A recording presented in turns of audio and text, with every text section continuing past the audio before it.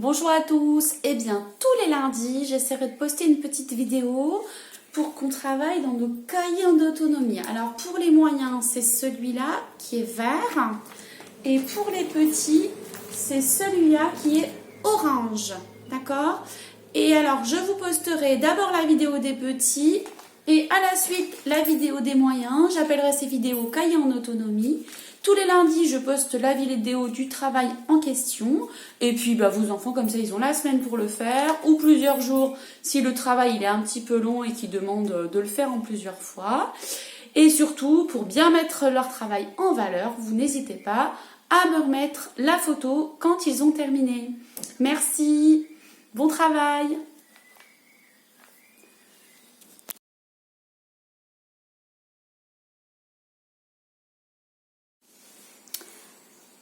Alors, une petite vidéo pour vous expliquer le travail en autonomie pour les petits, celui-là. Donc, c'est le cahier orange que je vous ai fait passer.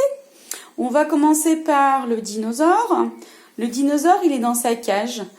Et le problème, c'est que sa cage, elle n'est pas assez épaisse. Donc, il va pouvoir se sauver. Alors, avec nos gommettes que j'ai accrochées là, on va prendre les gommettes et on va les coller sur les lignes là, pour que le dinosaure ne se sauve pas. Donc je décolle une gommette et elle est un peu plus longue à ça. Donc on la colle debout comme ça. Et après, donc soit je change de couleur si j'ai envie, ou je garde la même et j'en mets encore en dessous. Voilà. Hop. Et mes gommettes doivent être accrochées jusqu'en bas. Et puis quand j'ai fini, je fais celle d'à côté. Alors c'est vrai qu'il y a beaucoup de barreaux, alors peut-être on n'est pas obligé de faire tout aujourd'hui, on peut arrêter et terminer demain si on a envie. Voilà, on arrête quand on a marre, mais on sait qu'on n'a pas fini et qu'on peut terminer une autre fois. Voilà, quand vous aurez terminé votre dinosaure, vous pouvez m'envoyer une photo pour que je vois comment vous avez bien travaillé. À bientôt!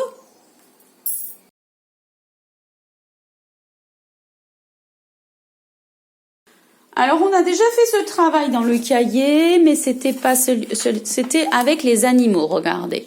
Eh bien là, vous allez faire la même chose, mais cette fois-ci, c'est des personnages. Alors, vous pouvez aussi vous amuser à donner des noms à ces personnages parce que on peut reconnaître un petit peu qui c'est. Par exemple, là, oui, c'est un bébé. Ici, ce serait plutôt un géant ou un ogre parce qu'il est un petit peu grand, il est un petit peu gros. Là, ça doit être une petite fille parce qu'elle a des couettes. Là, c'est une maman avec une poussette. Là, c'est un petit garçon. Là, peut-être c'est une mamie parce qu'elle a une canne. Enfin, voilà.